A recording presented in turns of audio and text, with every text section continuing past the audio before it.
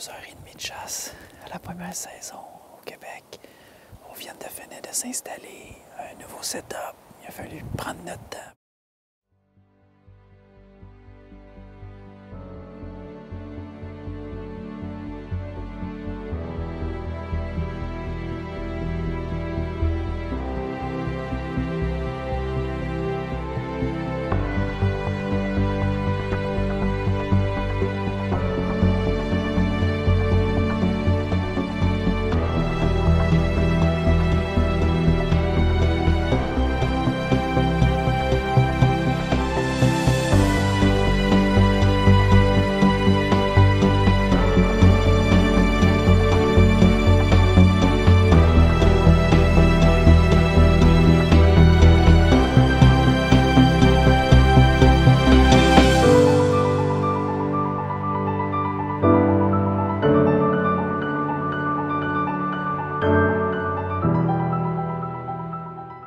L'année 2017 avait été magique. J'avais récolté un beau boc à l'ouverture au Québec pour ensuite finir ça avec un super de beau boc en Illinois. Par-dessus tout, Raph avait tiré également 2 bocs, un au Québec, un en Illinois. Donc on avait vraiment une saison de rêve qui se terminait. Mais quand une saison termine, ça veut dire qu'il y en a une autre qui commence automatique. Donc 2018 commençait avec autant d'espoir que j'avais pour les dernières années, surtout que Big 8 était toujours sur place, sur la terre à Hugo. C'est un bug de 8, 9 ans, peut-être 10 même, qui était sur les terres. C'est celui après lequel on courait. Dans les dernières années, on avait été capable, avec Hugo, d'épargner plusieurs jeunes bucks. Donc, on commençait à avoir une banque de candidats quand même intéressante. Puis ce qui était le fun, c'est qu'on avait remarqué, bon an, mal an, que, je veux dire, c'est une terre de 200 acres, c'est pas 1000 acres. Là. Mais bon an, mal an, 80 des chevreuils qu'on voyait, des bocs qu'on voyait qu'on laissait passer, on les revoyait l'année d'après. Donc, on était encouragés, puis ça nous encourage à continuer dans ce processus-là de laisser passer les jeunes bocs pour peut-être avoir une structure d'âge un peu meilleure. Big 8 est tombé, comme vous avez vu, à l'ouverture. Donc, Hugo, il a une saison courte, mais je suis super content pour lui.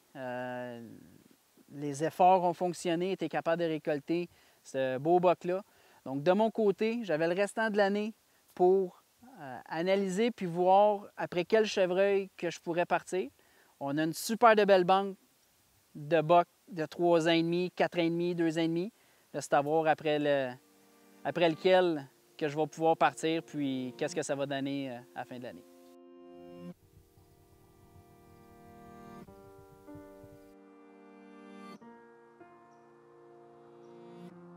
On est début octobre et la chasse au chevreuil, évidemment, le bat son plein au Québec. Pour moi, en fait, c'est ma première passe cette année. J'ai déjà été filmer Raph 2 fois. Il y a déjà une bonne semaine et demie. Puis avec le travail, j'avais pas la chance de venir chasser là, avant aujourd'hui. Ça fait comme 72 heures que je travaille en ligne. J'ai commencé à me fatiguer. Aujourd'hui, la bonne nouvelle, c'est que c'est supposé se dégager en après-midi. Puis les vents vont être bons pour aller accéder là, au nouveau champ qu'Hugo a fait, que vous avez vu là, un peu plus tôt là, dans l'émission.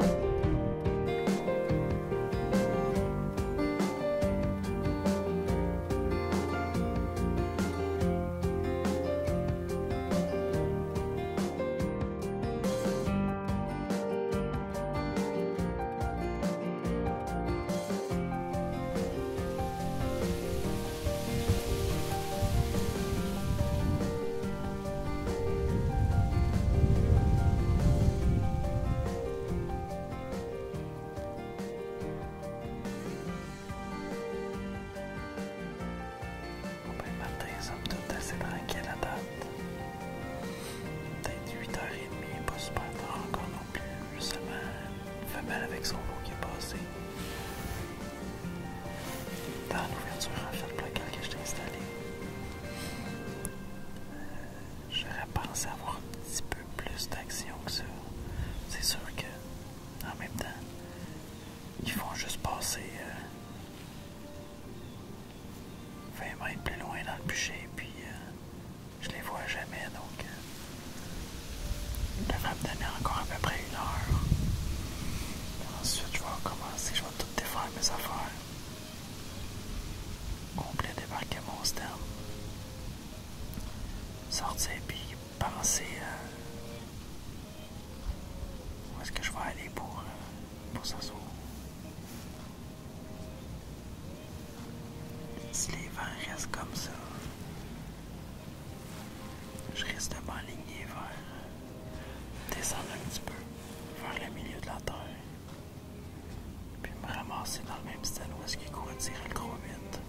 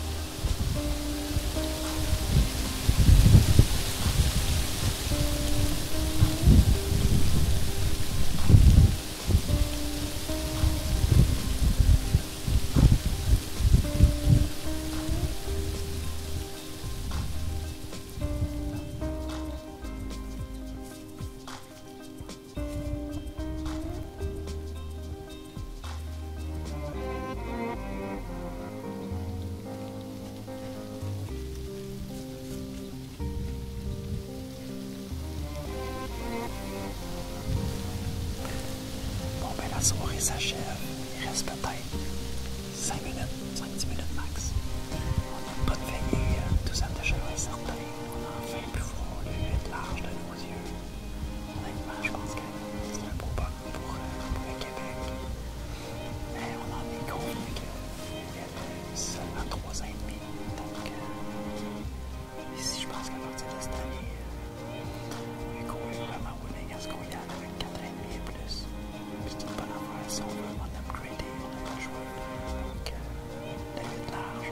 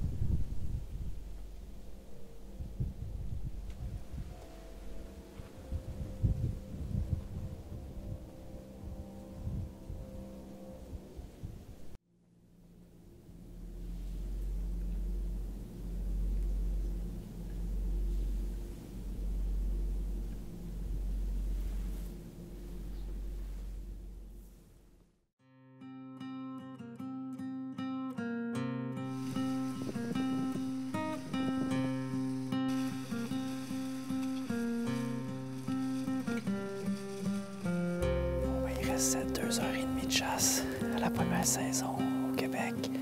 On vient de finir de s'installer un nouveau setup. Il a fallu prendre notre temps parce que il y avait à peu près 602 branches d'épinettes à trimer, mais c'est le seul arbre de potable qu'il y avait dans le coin, mais le spot est prometteur, par exemple. Ça ne fonctionne pas aujourd'hui, c'est sûr, je vais revenir passer du temps en novembre. On voit les champs, on est comme à 200 verges. Des champs navets où est-ce qu'il y a pas mal d'action, mais en dedans, pas mal de la zone de repos. Donc, théoriquement, s'il y a des mouvements, on devrait en avoir de bonne heure. On se croise les doigts, on sait jamais la chance de dernière journée habituellement. On essaye à ce que ça soit bon. Comme vous voyez, ils vendent pas mal. Faut se tenir et s'attacher, fait que on n'hésite pas, puis on s'installe.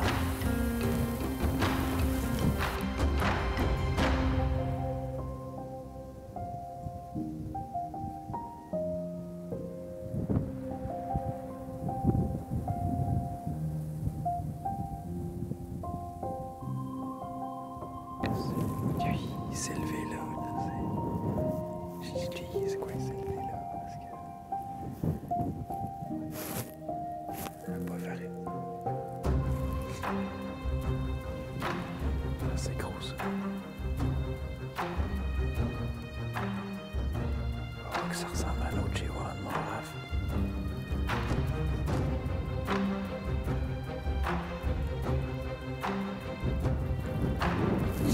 C'est gros ça.